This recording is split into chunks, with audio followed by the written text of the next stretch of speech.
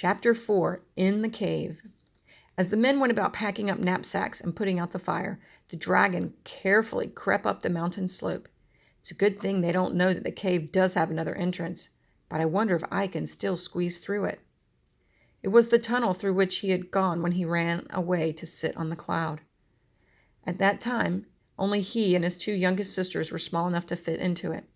Maybe, just maybe, I can still get through, he thought.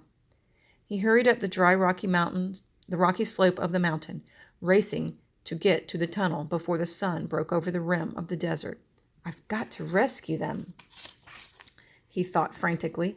Over the gap between two snow-capped peaks, he galloped, and then down into the beautiful green alpine meadows in the center of the mountain circle. Here, streams babbled down the slopes to a bottomless lake.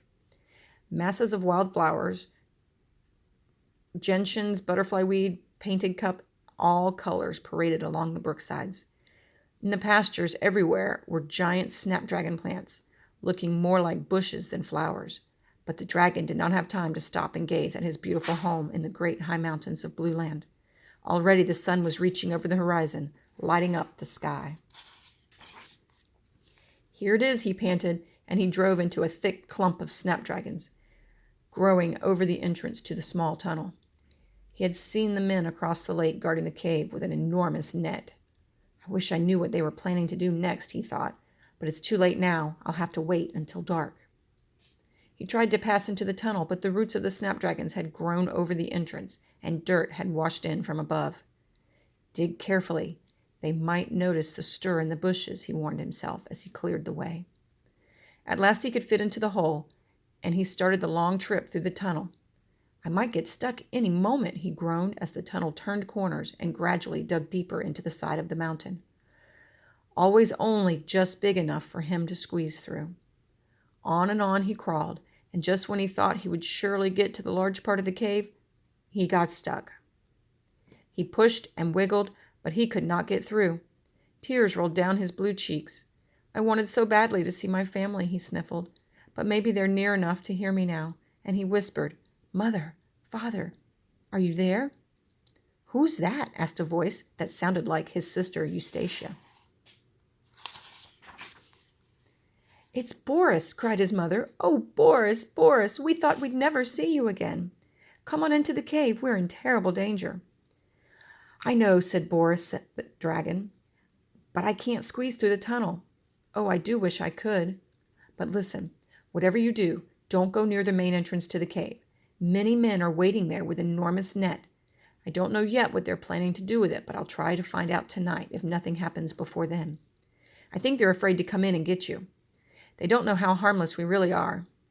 Anyway, keep calm and count on me. I have a friend who may be able to help. And if you don't hear from me soon, it'll be because I've gone off to get him. Now I'll have to back out again. I must stay near the tunnel entrance so I can get out easily when I have a chance. Goodbye. And Boris backed out for what seemed like hours and hours until he came among the roots of the snapdragon bushes.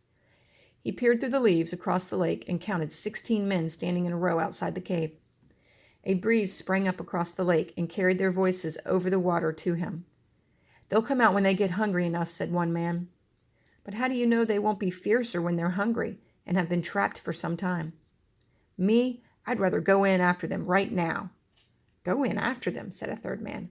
Why, we don't even know anything about that cave. Suppose it does have more entrances. The dragons may have escaped already. And what about pitfalls and rock slides in there? We ought to know more about this. No, the thing to do is to leave 10 men here on guard and send the other 6 to search for other entrances and to have a look at the rock formation around here. Good idea, said the man who had come down the mountain to the campfire. The wind changed and the dragon could only hear confused sounds of talking, but the men seemed to be deciding who would stay and who would go.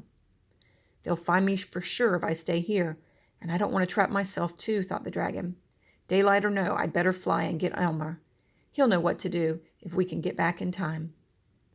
Quickly he fitted the snapdragon roots over the tunnel hole, arranging them carefully so they wouldn't look newly dug up. Then, keeping close to the ground, he crept through the green meadows and up to the gap between the mountain peaks. He took one last look at the beautiful lake beautiful blue lake surrounded by the green, green meadows, felt quite sure he hadn't been seen, and then plunged down the rocky slope on the other side. Up in the air he flew, shielded from the eyes of the men by the circle of the mountains.